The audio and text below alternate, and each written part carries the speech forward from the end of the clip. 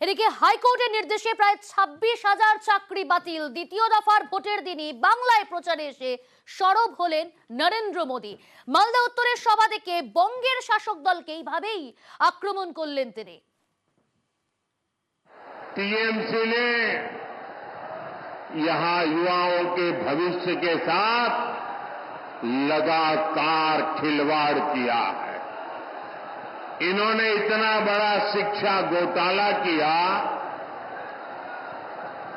26,000 परिवारों की रोजी रोटी ठप हो गई और कर्ज लेकर के पैसे ला करके जो टीएमसी वालों को दिए थे वो बोझ भी इन हमारे गरीब बंधु बहन के सर पे मर गया।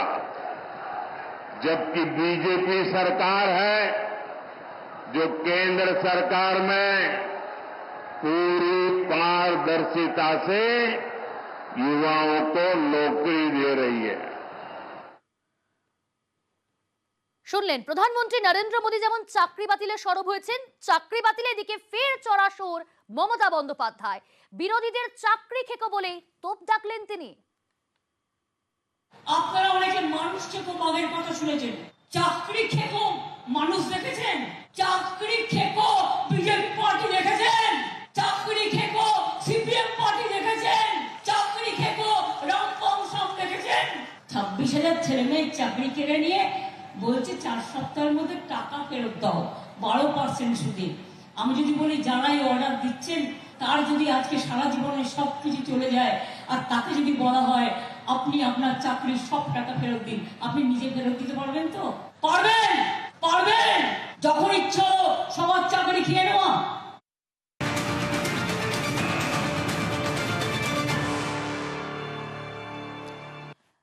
যে গুরুত্বপূর্ণ খবরের দিকে নজর রাখতেই হচ্ছে, সন্দেশখালী মামলা সুপ্রিম কোর্টে। সন্দেশখালীতে সিবিআই চ্যালেঞ্জ রাজ্যের, হাইকোর্টের নির্দেশকে চ্যালেঞ্জ করে এসএলপি সুপ্রিম কোর্টে।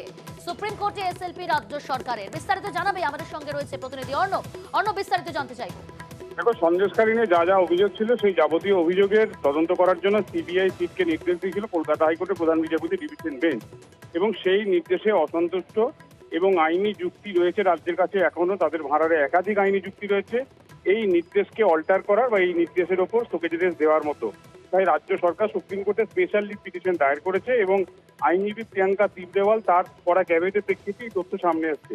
তোমায় বলে রাখি, সন্দেশখালী ঘটনায় কলকাতা হাইকোর্ট সতর্ক সুমোটো কগনিজেন্স নেয় এবং সেই মামলার প্রেক্ষিতে পাশাপাশি আরো কয়েকজন আইনজীবী তারাও মামলা দায়ের করে। সব মামলায় একযোগে রায় হয় এবং সেই রায়ে সন্দেশখালীর ঘটনার মূল যেটা বিষয়, আদিবাসীদের জমি দখল এবং পাশাপাশি জমির চরিত্র বদল, অর্থাৎ চাষযোগ্য জমি সেটাকে ভেরিতে পরিণত করা, এর পাশাপাশি সেখানকার মহিলাদের উপর যে অত্যাচার, নারী নির্যাতনের যে ঘটনা, পুরো বিষয়টা সিবিআই থেকে তদন্তভার দেওয়া হয়।